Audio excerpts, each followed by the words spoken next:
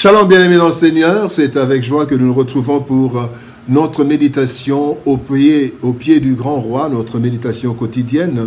Nous sommes le mercredi 21 février 2024 et nous vous saluons au nom de notre Seigneur et Sauveur Jésus-Christ. Nous allons lire un texte dans la lettre aux Hébreux. Hébreux chapitre 13 verset 16, nous lirons dans deux versions. Dans la version Louis II, il est écrit « Et n'oubliez pas la bienfaisance et la libéralité, car c'est à de tels sacrifices que Dieu prend plaisir. » Bible français courant nous dit « N'oubliez pas de faire le bien et de vous entraider fraternellement, car ce sont de tels sacrifices qui plaisent à Dieu. » Sacrifice agréable. Sacrifice agréable, tel est le thème de notre méditation de ce mercredi 21 février 2024. Bien-aimés dans le Seigneur, dans notre vie chrétienne, nous avons tendance à faire beaucoup de sacrifices, des sacrifices divers, allant jusqu'aux privations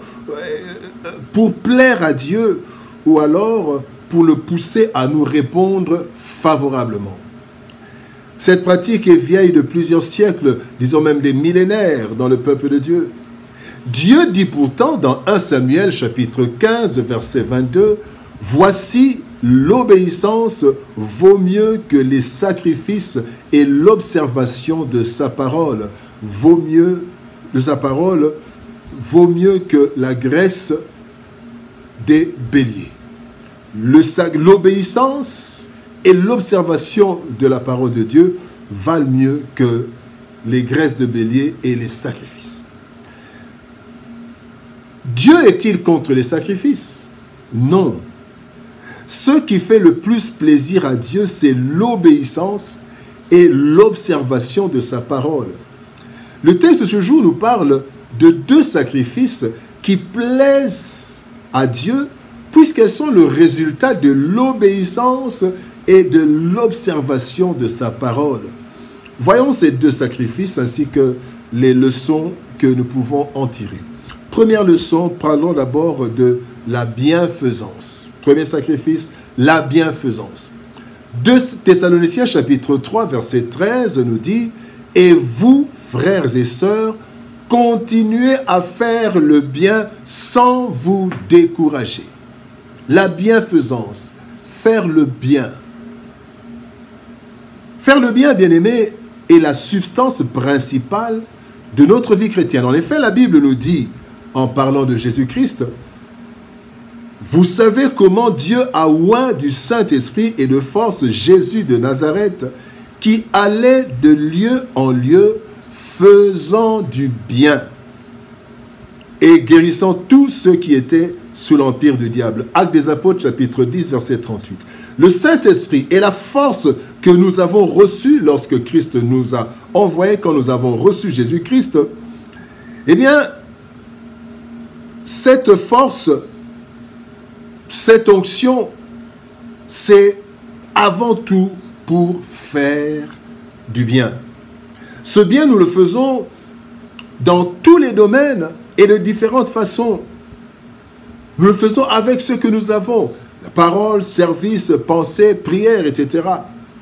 Et pour cela, nous devons cultiver le bien, dans nos pensées. Cultivons le bien dans nos pensées. Philippiens 4, 8 dit que tout ce qui doit être l'objet de nos pensées, c'est ce qui est vrai, ce qui est honorable, ce qui est juste, ce qui est aimable. Quand dans nos pensées, nous cultivons le bien, nous ferons le bien.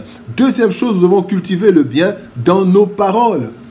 Éphésiens 4, 29 nous dit « Qu'il ne sorte de votre bouche aucune parole mauvaise, mais s'il a lieu quelques paroles qui servent à l'édification et qui communiquent une grâce. » Nous devons cultiver le bien dans nos actes.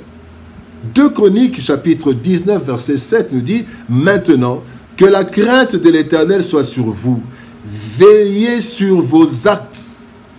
Car il n'y a chez l'Éternel, notre Dieu, ni iniquité, ni égard pour l'apparence des personnes. » Bien-aimés, nous devons cultiver le bien dans nos paroles, dans nos pensées et dans nos actes.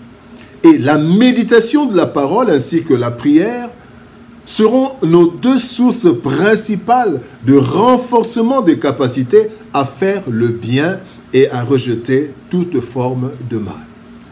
Deuxième sacrifice que Dieu agrée, c'est la libéralité. 2 Corinthiens chapitre 8, verset 2 nous dit « Au milieu de beaucoup de tribulations qui les ont éprouvées, leur joie débordante et leur pauvreté profonde ont produit avec abondance de riches libéralités de leur part. » Bien-aimés dans le Seigneur, plusieurs croient que la libéralité dépend du grand nombre de biens que nous avons.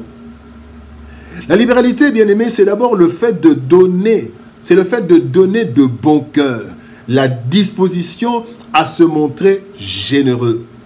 Or, la Bible dit, dans 2 Corinthiens chapitre 8, verset 12, « Quand on donne de bon cœur, les gens nous reçoivent bien avec ce qu'on a. Ils ne nous demandent pas ce qu'on n'a pas. » Bien-aimé, la libéralité, c'est mettre à la disposition des autres même le peu que l'on peut avoir, le tout peu, le tout petit, le peu des peu, si je peux dire ceci, qu'on peut avoir. C'est ce que Paul est en train de relever dans l'église de Macédoine. Il souligne la pauvreté. Dans leur pauvreté, ils ont fait des libéralités. Bien-aimés, la pauvreté ne peut pas nous empêcher de faire la libéralité parce que nous avons même le peu là, nous pouvons partager. La libéralité est donc une question de cœur et non d'avoir. Nous donnons par amour, par obéissance et par compassion. Maintenant, voyons la troisième leçon, la main de Dieu. Éphésiens 2,10 nous dit « Car nous sommes son ouvrage, ayant été créés en Jésus-Christ pour de bonnes œuvres que Dieu a préparées d'avance, afin que nous les pratiquions. » Des milliards de personnes, bien-aimées, prient et crient à Dieu jour et nuit pour son intervention. Seul, même le plus grand des hommes ne peut rien faire. Dieu nous dit, ne peut pas tout faire en fait. Dieu nous dit dans le psaume 23 qu'il est le bon berger et que nous ne manquerons de rien. Et il dit aussi dans Philippiens, chapitre 4, verset 19, « Mon Dieu pourvoira à tous vos besoins selon sa richesse avec gloire en Jésus-Christ. » Dieu pourvoit à tous nos besoins par trois voies, dont les deux premières sont les principales. Première principale voie, c'est le travail. Proverbe chapitre 14, verset 23 dit, « Tout travail procure de l'abondance. Mais les paroles en l'air ne mènent qu'à la disette. » Première voie que Dieu utilise pour nous bénir, c'est le travail. Deuxième voie que Dieu utilise pour nous bénir, c'est l'intervention des hommes. Éphésiens 2,10, que nous avons lu, nous dit que Dieu a déjà préparé des œuvres. Et quand nous lisons dans la version Parole de vie, il dit, oui, c'est Dieu qui nous a fait, il nous a créés dans le Christ Jésus pour que nous menions une vie riche en actions bonnes. Et ces actions, Dieu les a préparées. Donc, nous sommes la main de Dieu. Et troisième voie, ce sont les miracles. Bien-aimés, nous sommes la main de Dieu en action. Sacrifice agréable. Dieu préfère l'obéissance et l'observation de sa parole aux sacrifices nombreux que nous pouvons lui offrir. Ainsi, deux sacrifices plaisent particulièrement à Dieu car ils constituent des actes pratiques d'obéissance et d'observation de sa parole. Il y a la bienfaisance et la libéralité. En effet, ces deux actes constituent des sacrifices car ils demandent une certaine privation, ils demandent un effort. Mais plus que cela, ce sont des actes qui sont faits de bon cœur. Donc, des actes d'obéissance à Dieu. Et cela réjouit le cœur de notre Père. Bien-aimés, n'oublions jamais la bienfaisance et la libéralité des sacrifices qui plaisent à Dieu. Prions. Éternel Père de gloire, merci pour ton amour et ta bonté. Merci parce que tu nous utilises pour bénir les autres. Tu ne viendras pas sur terre, Seigneur de gloire, toucher, donner aux pauvres, faire ceci et cela. Mais par nous, Seigneur, tu as déjà préparé ces œuvres afin que nous les pratiquions. Aide-nous à nous attacher à la bienfaisance et aux libéralités, afin que nous soyons véritablement des enfants obéissants qui constituons tes mains en action. Merci pour ton amour et ta bonté. Au nom de Jésus-Christ, nous avons ainsi prié, Père. Amen.